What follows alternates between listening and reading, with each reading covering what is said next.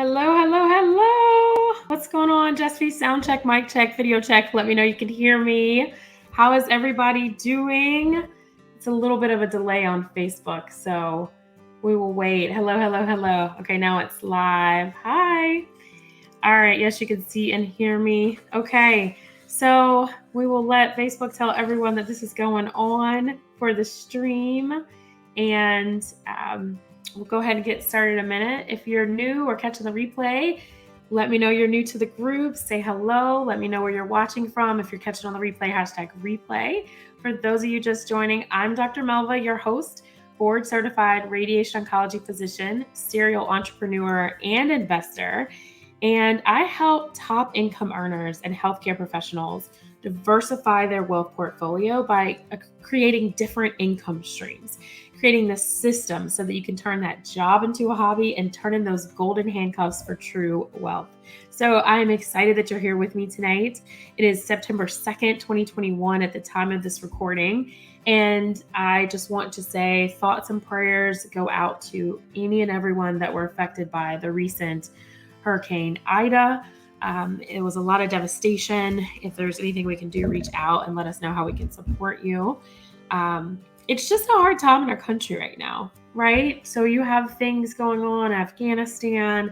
We appreciate all the veterans. You have, the hurricane season. You have COVID, the mutants, and all our sisters. Like, it's a lot to deal with, okay?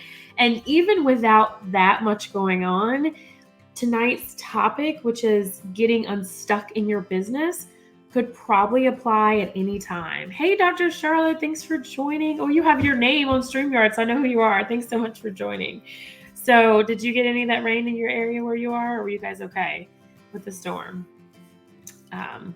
So thanks for joining. So let's talk about it. So again, there's a lot going on in the world, and it makes sense if you're stuck in your business. It makes sense if you're stuck in life. It makes sense if you're just down and out, because it's just a lot of grief going on. So let's figure out how to move past that, because it's going to happen. Everything happens in cycles, right? So just a couple points. I think the concept, and the reason I got this whole get unstuck in your business, is when a lot of you, right now we're at 233 members. I would love if you invite other members if you're getting value in this group. When we asked the question of what was your biggest challenge, a lot of you said you felt stuck. You felt stuck in your business. So I wanted to talk about a couple things. So here's the first couple things. I think that feeling stuck happens for one of these reasons, okay? I'm going to throw these out here. If you have other reasons, feel free to let me know.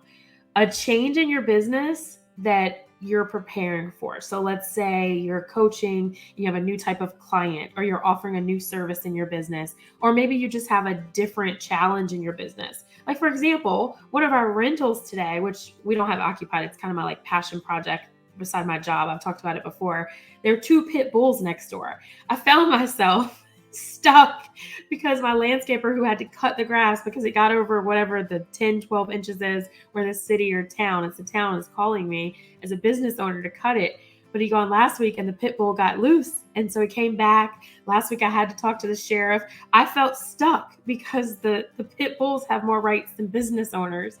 But yet I'm going to get this notice of a fine for not cutting the grass. So anyway, things can come up in your business, even crazy things like that. And here I was on the phone oh my God, I even know the name of this pit bull now. The pit bull's name is Bella, and the animal control told me that Bella was friendly. And so if the person cutting my grass harmed them, because my landscaper was I'm going to bring my pistol. And I'm oh my God, this is going to turn into blood on my hands. But anyway, long story short, things like that can come up, things that are uncomfortable, things that are difficult for you, and you just feel stuck in your business, right? Think about where you get your properties next time.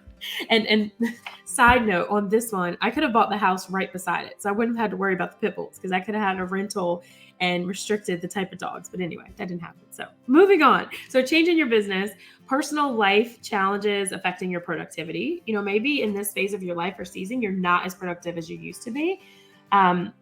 Putting more on your plate than you can actually handle. I know I've done this before. I work on not doing this as much, and I think a lot of you do. Does anybody resonate with that? And the last one, really, I think getting stuck is just the burnout. When you're overwhelmed or you're just burnt out, it's easy just to feel stuck, because finding those solutions like you found before, you just like when you have nothing left, it's hard to pull even things that like shouldn't be complicated or hard to do. When you're burnt out, it's just hard. Like you just kind of lose that motivation. So all right, so these are some of the steps to get unstuck in your business. All right, so number one is it's all this awareness, right? Understand why you're stuck in the first place. So is it one of those 4 or 5 things that I just mentioned as a reason?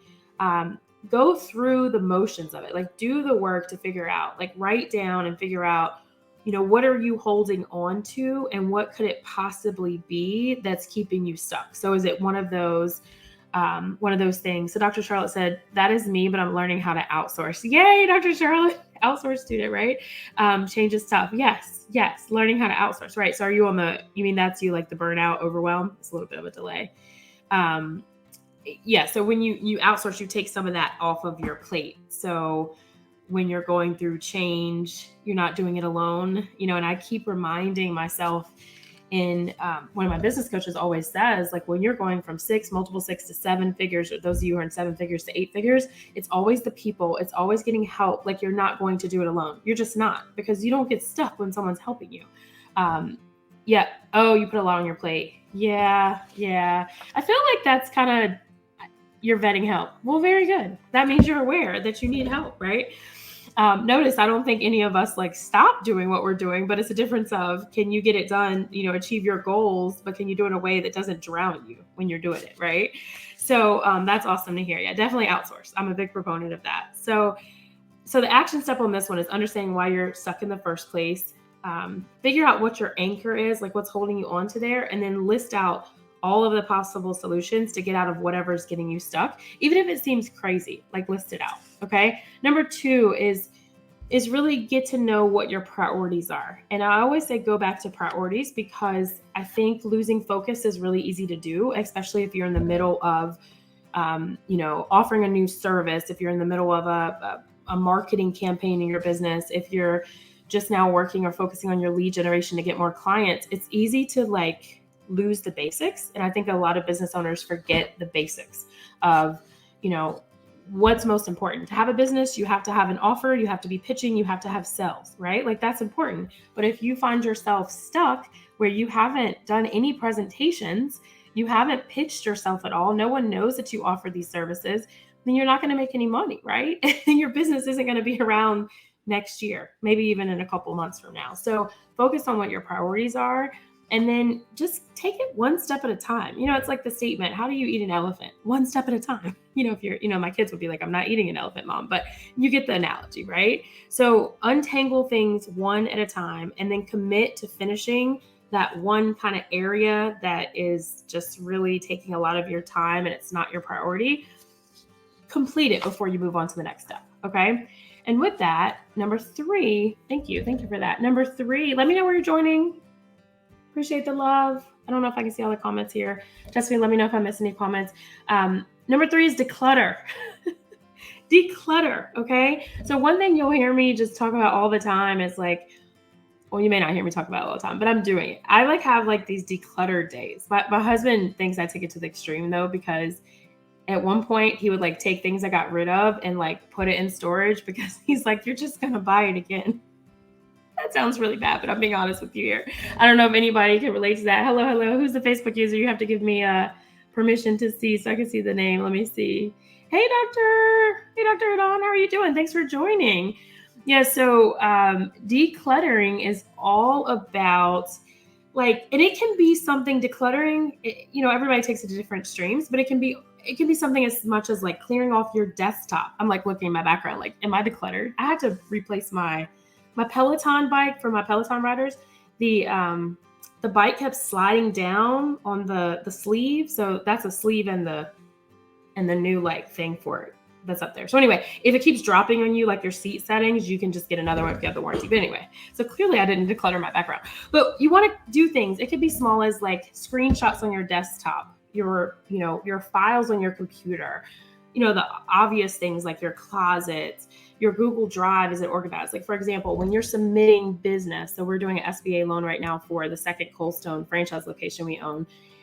And I decided to work with 2 banks at once for this one, just because the style was a little different. And I had to make sure my documents were organized But when I was rushing to kind of get something done and put it together, I realized it wasn't organized. So I had to declutter my inbox, because normally either I have it in like a Dropbox, a secure Google Drive, or a document secured. And this time it wasn't organized. So I had to like declutter and get all of the, when you're doing forms, and if you do in a PDF version, you keep the original Word, you keep the Excel sheet before you export it, like things like that. It matters. It helps you to get unstuck, because one of the reasons I didn't delay it that much, but I delayed like moving forward in the business for the money acquisition, because I just dreaded getting all of these forms together, when really it wasn't that big of a deal, right? So take some time and declutter, organize, whether that's if you use Asana or Trello for yourself and your team, a Google Drive, a drawer. Like, how many of you have a junk drawer in your kitchen? My kids have turned mine into 3 junk drawers.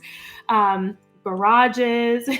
So, decluttering is something that you have to do. And I think you should like do it often. I do it often. So, all right. Questions. Let me know if any questions. Can you resonate with any of this? Is this helpful so far? So far we've talked about understanding why you're stuck in the first place, focusing on your priorities. Number 3 was declutter. And thank you. I'm happy to see you join, Dr. Hadan. Good to see you join. Let me know what questions you have. I'm happy to answer those at the end.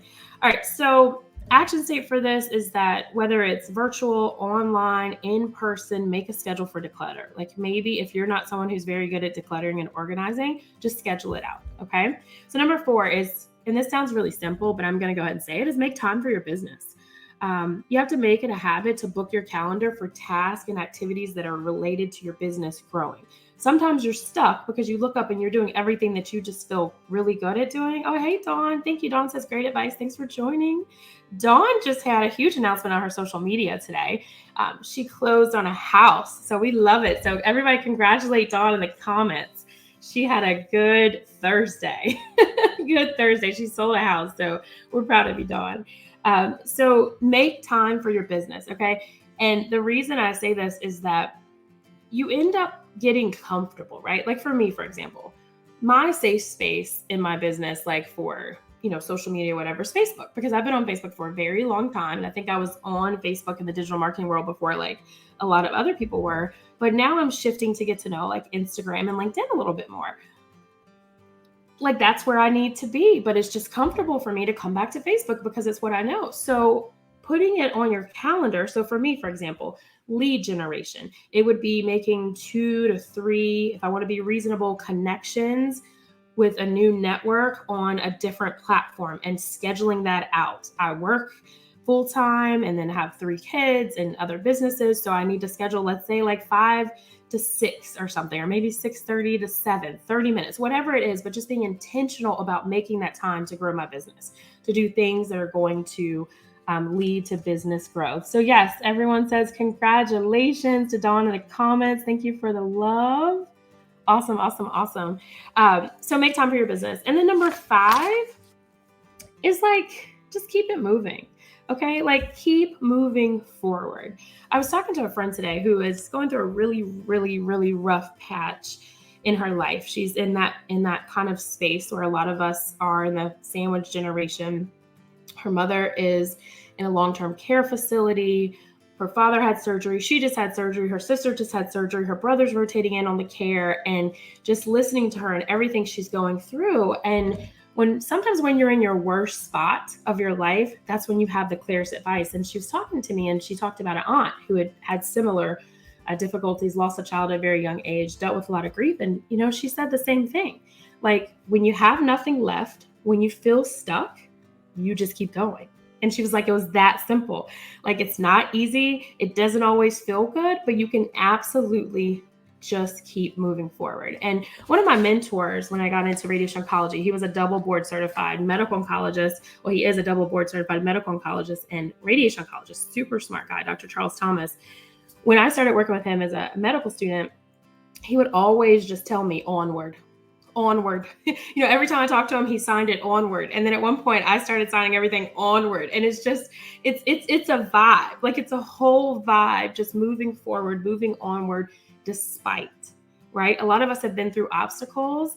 A lot of us have been stuck emotionally, physically, mentally. Like, I'll be honest with you guys. You guys are giving me life today. Like, I'm having some allergies or something going on in my eyes. Like, I wasn't even feeling coming on tonight, but like, I see you guys, you're giving me life, right? And I'm moving onward. Like, you never know, right? You never know that I'm not as excited as I normally am. But you guys being here, I feel the love. I appreciate it. I hope this is helping you. But just keep digging deeper into the psychology of why you're stuck and make the decision to move on. And what I haven't mentioned, right, is fear is a lot of that. Name the fear, do it anyway, right? And I think I had a whole session, or if not, we talked about fear. So that's all I got for you. Because again, I was running on an empty tank today. We did